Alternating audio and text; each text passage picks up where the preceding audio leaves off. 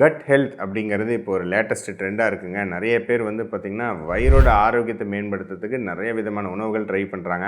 அதில் ஒன்று தான் கெஃபிர் அப்படின்னு சொல்ல வகையான ஒரு தயிர். நம்ம இந்த கெஃபிர் அப்படிங்கிற தயிருக்கும் நம்ம தயிருக்கும் என்ன வித்தியாசம், இது என்ன ஸ்பெஷல் இருக்குது பார்த்துருவாங்க. இந்த கெஃபிர் அப்படிங்கிறது ஐரோப்பா நாடுகள்லேருந்து வந்ததுங்க. ஒரு 3000-4000 வருஷமாக புழக்கத்தில் இருக்குன்னு சொல்கிறாங்க. நம்ம நார்மல் தயிருங்கிறது நம்ம நார்மல் பாலில் லாக்டோபெசிலஸ் அப்படிங்கிற வகையான பாக்டீரியாக்கள் அந்த பாலை லாக்டிக் ஆசிட் அப்படிங்கிறது அந்த லாக்டோஸ்லேருந்து உருவாகி புளிச்சு போகிற செய்யறதுனால வரக்கூடிய ஒரு பொருள். இது எல்லாத்துக்கும் தெரியும். ஈஸியாக ஒரு ஸ்பூன் தயிர் எடுத்து பாலில் போட்டால் அடுத்த நாள் 12 மணி நேரத்தில் தயிராக மாறிடும். பட் இந்த கெஃபிர் அப்படிங்கிறது வெறும் 1-2 பாக்டீரியா கிடையாதுங்க. 30லேருந்து 50 வகையான நல்ல பாக்டீரியா, ஈஸ்ட், சரிங்களா, லாக்டோபெசிலஸ், அப்புறம் வந்து அசிட்டிக் ஆசிட் பாக்டீரியா, பெஃபிடோ பாக்டீரியம், அப்புறம் ஈஸ்ட், இது எல்லாமே கலந்தது. இது வந்து கெஃபிர் கிரெயின்ஸ் அப்படின்னு சொல்லுவாங்க.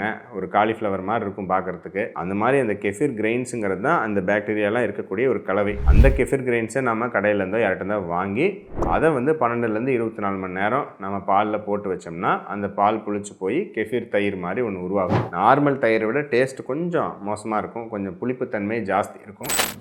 நாக்கில் அன்னைக்கு பார்த்தா ஒரே புளிப்பு. ஸோ அதனால் எல்லாத்துக்கும் பிடிக்காது. முயற்சி பண்ணி பார்க்கலாம். சரி, கஷ்டப்பட்டு ஏன் இதெல்லாம் வாங்கணும்? அப்புறம் அந்த கெஃபிர் கிரெயின்ஸை மெயின்டைன் பண்ணணுங்க. திரும்ப நம்ம அந்த இதை எடுத்து வைக்கணும். அது மறுபடியும் நம்ம அந்த பாலில் யூஸ் பண்ணணும். ஸோ அந்த கெஃபிர் கிரெயின்ஸ் திரும்ப ஒரு சைக்கிள் மாதிரி நம்ம உருவாக்க முடியும் இந்த கெஃபிர் தயிர். சாதா தயிருக்கு இதுக்கு என்ன வித்தியாசம்? இதில் நிறைய விதமான நல்ல பாக்டீரியாக்கள் இருக்கிறதுனால வயிறு சம்பந்தமான IBS இந்த மாதிரி பிரச்சனை உள்ளவங்க, லாக்டோஸ் இன்டாலரன்ஸ் பிரச்சனை உள்ளவங்களுக்கு நார்மல் தயிரோட இது கொஞ்சம் பெட்டராக பயனளிக்கலாம் அப்படின்னு நிறைய ஆராய்ச்சி முடிவுகள் சொல்லுதுங்க. அது மட்டும் இல்லாமல் ACE அப்படிங்கிற என்சைமை தடுக்கக்கூடிய இன்ஹிபிட்டார்ஸ் இதில் இருக்கிறதுனால உயர் ரத்த அழுத்தம் உள்ளவங்களுக்கு சாதா தயிரை விட கெஃபிர் தயிரில் ஒரு கூடுதல் பெனிஃபிட் இருக்கலாம். அதனால் இந்த சாதா தயிரை விட இதில் கொஞ்சம் அடிஷ்னல் பெனிஃபிட்ஸ் இதில் இருக்கலாம். மற்றபடி நார்மலான ஆரோக்கியத்துக்கு எடுக்கிறவங்க கஷ்டப்பட்டு இந்த கெஃபிர் தயிர்லாம் எடுக்கணும்னு அவசியம் கிடையாது. நம்ம நார்மல் தயிரே நீங்கள் எடுத்துகிட்டு போகலாம். பொதுவாகவே லோ கார்ப், பேலியோ இந்த மாதிரி டயட் ஃபாலோ பண்ணுறவங்களுக்கு இது வந்து நிறைய பேர் இதை பற்றி கேள்விப்பட்டிருப்பீங்க. மற்றவங்களுக்கு இது ஒரு புதிய விஷயம். இப்போ ட்ரை பண்ணி பாருங்கள். நிறைய வயிறு சம்பந்தமான உபாதைகள் இருக்குது அப்படின்னா